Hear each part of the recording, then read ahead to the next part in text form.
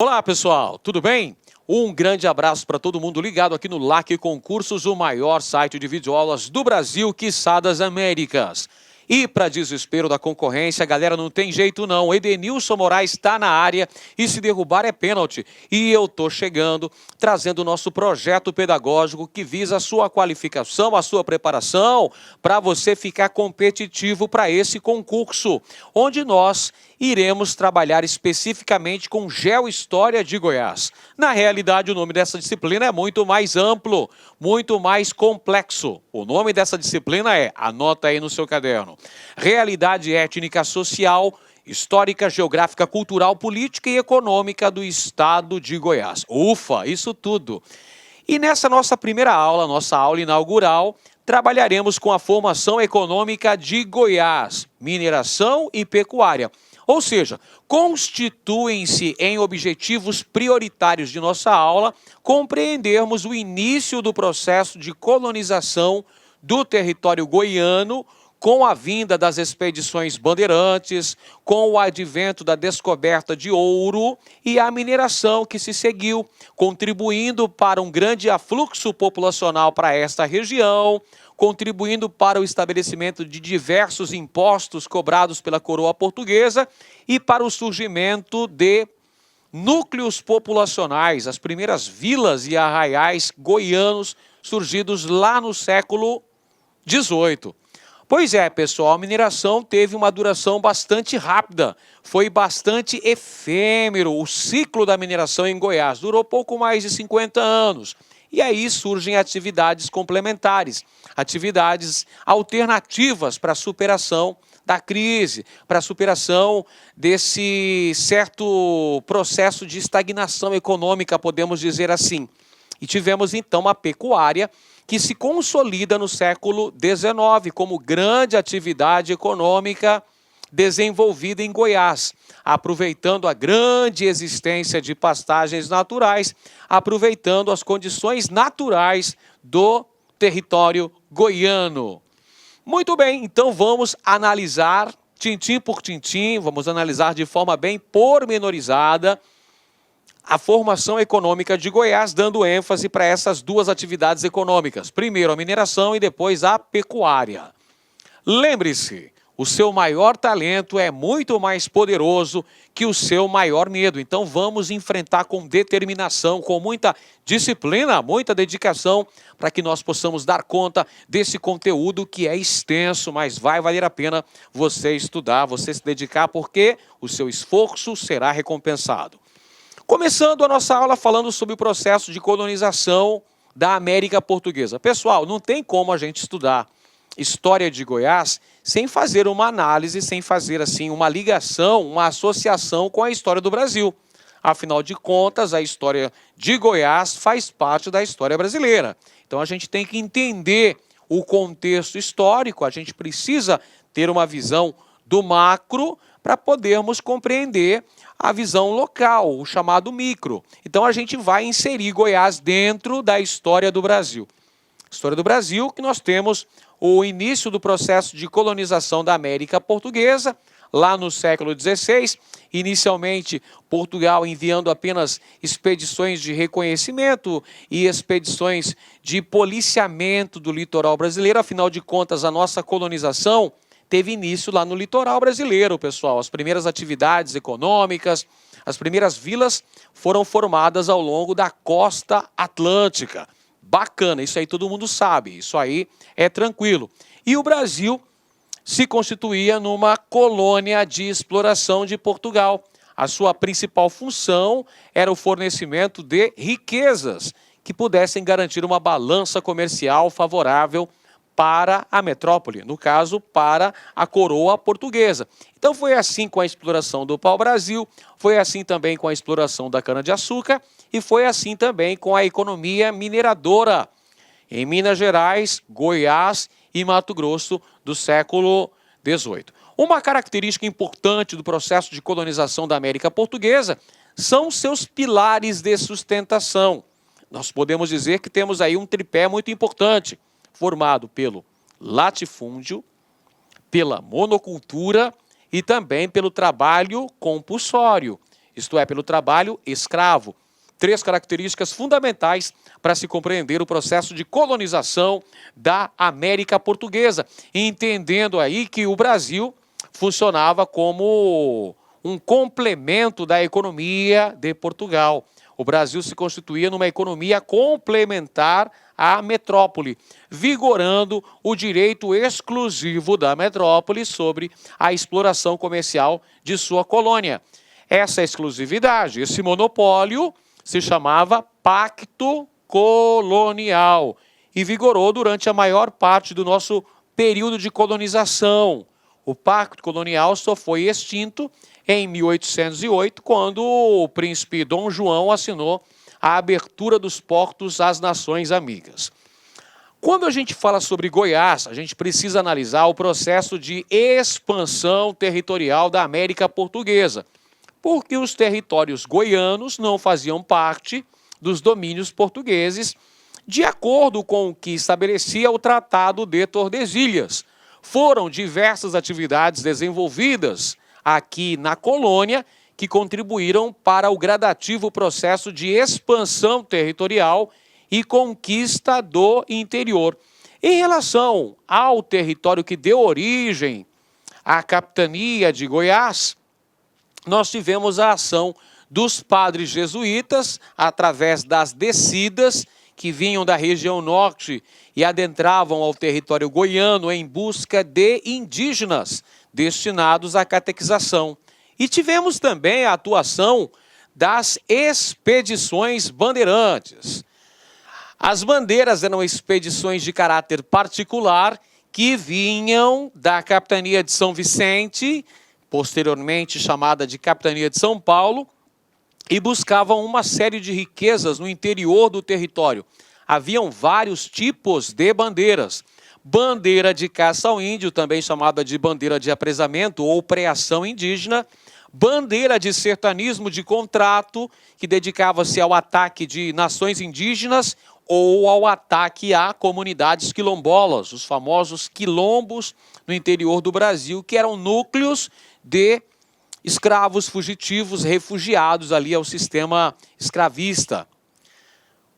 As bandeiras, os bandeirantes eram contratados para atacarem esses quilombos, para destruírem essas comunidades de fugitivos do sistema escravista no Brasil. Havia ainda a bandeira de mineração ou bandeira de prospecção, que dedicava-se à busca do vil metal, à busca do ouro, pessoal. As bandeiras foram importantes no sentido de ocuparem territórios que até então não pertenciam à coroa portuguesa, ou seja, os bandeirantes invadiram o território que originalmente deveria pertencer à Espanha, mas que a Espanha não havia colonizado de forma efetiva. Então os bandeirantes acabaram contribuindo para a expansão territorial, para a descoberta de ouro, mas não se esqueça, os bandeirantes também contribuíram para a escravização de milhares de índios, para o extermínio e a escravização desses povos indígenas. Então tem um aspecto positivo das bandeiras, mas também tem um aspecto negativo que diz respeito ao combate que os bandeirantes empreendiam aos povos indígenas. São as bandeiras que vão ali na transição do século XVII para o século XVIII promover o efetivo processo de conquista do território goiano. Lembrando aí a ação empreendida pelo bandeirante Bartolomeu Bueno da Silva Filho, o segundo Anhanguera, descobridor das minas de ouro em território de Goiás, pessoal, dando início à economia mineradora na região. A exploração aurífera em terras goianas se caracterizou por ser aluvional, ou seja, o ouro encontrado era ouro de superfície, geralmente encontrado ali junto ao leito de rios, de córregos. E as técnicas empregadas pelos bandeirantes, depois pelos mineradores que ali se estabeleceram, eram bastante rudimentares. Logo, já dá para perceber que o processo de exploração, o período de exploração mineral, foi bastante curto. Destaque para a Serra dos Pirineus, Serra Dourada, em Goiás, o surgimento de vários núcleos populacionais, evidentemente que ao se noticiar a descoberta de ouro em terras goianas, claro que um grande fluxo de pessoas se deslocou para essa região, contribuindo para o surgimento de arraiais e vilas. Só que nós tivemos uma rápida decadência dessa extração em razão de variados motivos, que nós ainda vamos falar ao longo da aula de hoje, pessoal. A mineração em Goiás caracterizou-se pela implantação de um rigoroso sistema tributário, ou seja, assim que foi noticiada a descoberta de ouro em Goiás, a coroa portuguesa, como havia feito em Minas Gerais e também como havia feito em Mato Grosso, tratou de estabelecer uma rigorosa arrecadação de tributos, dentre os quais nós temos a captação, cobrança de imposto em relação ao número de pessoas, ao número de trabalhadores estabelecidos na região, estabelecidos nessa atividade, e o quinto, que correspondia a 20% de toda extração de ouro. Além disso, a coroa portuguesa também implementou as casas de fundição. As casas de fundição eram locais onde o ouro deveria ser quintado, derretido e transformado em barras, com o selo da coroa portuguesa e com a numeração. Essa medida, tomada pela metrópole, visava combater o contrabando, o descaminho do ouro. Então, os portugueses queriam ter um maior controle sobre a extração aurífera em terras goianas. Para isso, determinou a instalação de duas casas de fundição, uma em Vila Boa e outra em São Félix. Porém, meus caros, vale dizer que mesmo com a existência das casas de fundição, o contrabando continuou rolando solto por aqui. Afinal de contas, até mesmo os padres também atuaram no contrabando de ouro. Quem nunca ouviu falar, por exemplo, da expressão santinho do pau oco? Pois é, usava-se imagens ocas, imagens de santos, de madeira, né, com fundo oco, onde era transportado o ouro. Era feito o contrabando.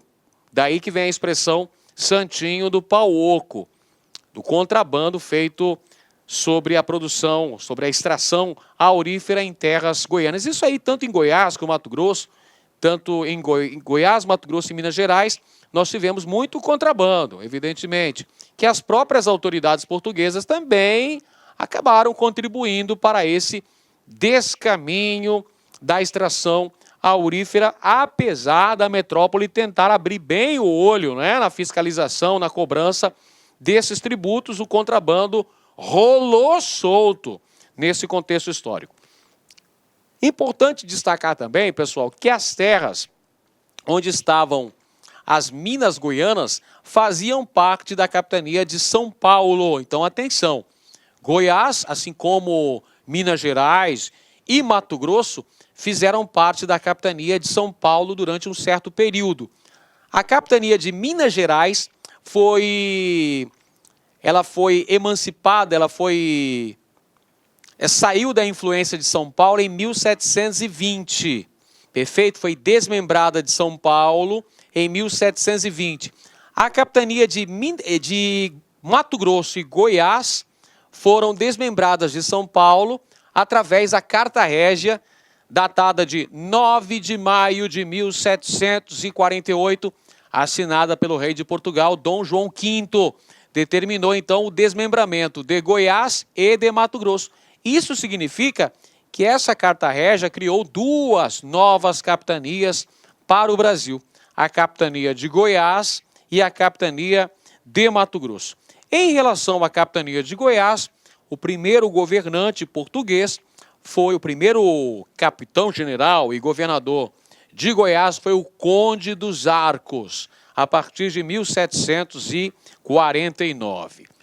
Em relação à sociedade mineradora, pessoal, é importante ressaltarmos que ela apresentava as seguintes características: uma população heterogênea, isso aqui é importante, pessoal.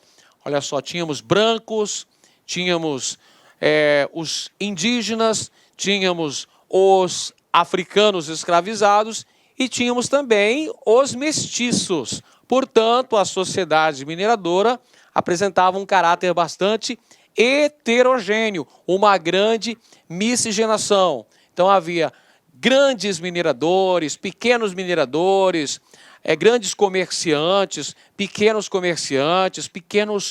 produtores de alimentos, pequenos agricultores, e tínhamos também livres pobres, muitos livres pobres, e tínhamos a grande maioria da população formada pelas camadas marginalizadas, ou seja, pelos escravos, sejam eles os escravos indígenas ou os escravos africanos, que eram maioria.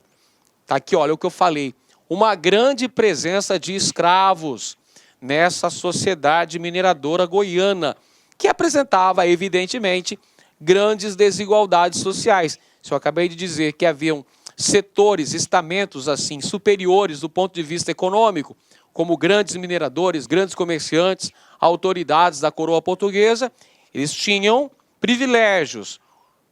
A maioria da população enfrentou uma série de problemas, inclusive a carência de alimentos nos momentos de crise enfrentados pela capitania de Goiás. E os índios, professor? Os índios eu falo agora.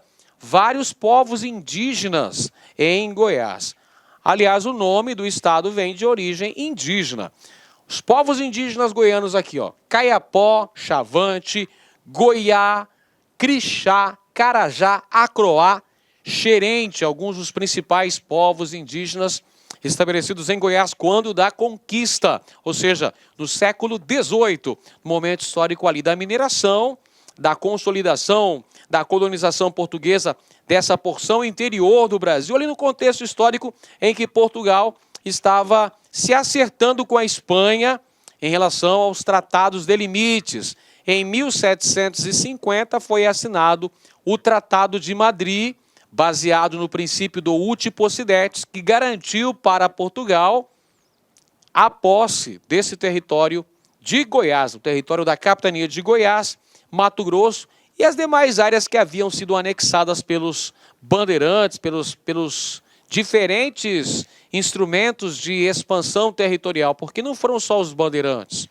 Os bandeirantes, as missões jesuíticas, a exploração das drogas do sertão, a pecuária, foram várias atividades implementadas ao longo do período colonial que contribuíram de maneira significativa no processo de ampliação do território da América Portuguesa. Mas voltando aos nossos índios, aos índios goianos, é preciso destacar que as relações entre os povos indígenas e o colonizador foram marcadas de forma indelével por muitas relações conflituosas. Olha aí, pessoal, ocorrência de vários conflitos envolvendo os povos indígenas e os mineradores. O que acabou resultando em guerra justa, chamada guerra justa, contra esses povos indígenas, o extermínio, a escravização desses povos indígenas que passaram por um período de desagregação cultural, seja nas mãos dos padres jesuítas, ou seja, sob a tutela do Estado português. Isso acabou gerando uma desagregação cultural desses povos indígenas e a expropriação de seus territórios que acabaram sendo ocupados, dando origem a arraiais, vilas e cidades posteriormente.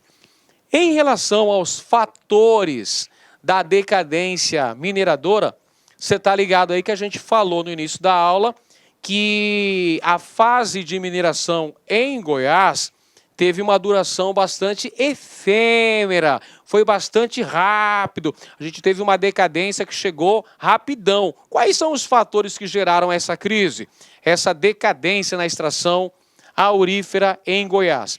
Vários fatores contribuíram para isso, entre elas a utilização de técnicas rudimentares. As técnicas empregadas pelos mineradores não eram sofisticadas. Isso dificultava a obtenção de ouro em camadas mais interiores do solo.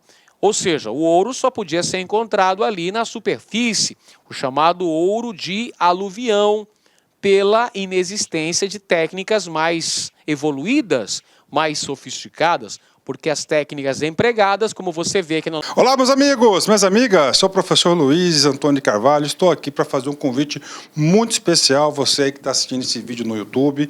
Esse vídeo é um vídeo promocional, é um vídeo de divulgação do nosso trabalho, que nós aqui da La Concurso montamos um curso super competitivo para você, um curso que eu tenho certeza absoluta que se você cumprir as nossas orientações pedagógicas, e principalmente você cumprir seu dever de casa, você cumprir o Personal Coach, que é a nossa ferramenta pedagógica, eu tenho certeza que você ficará super competitivo. O nosso curso online é super competitivo para a GPEM 2019, 120 dias de prazo de acesso.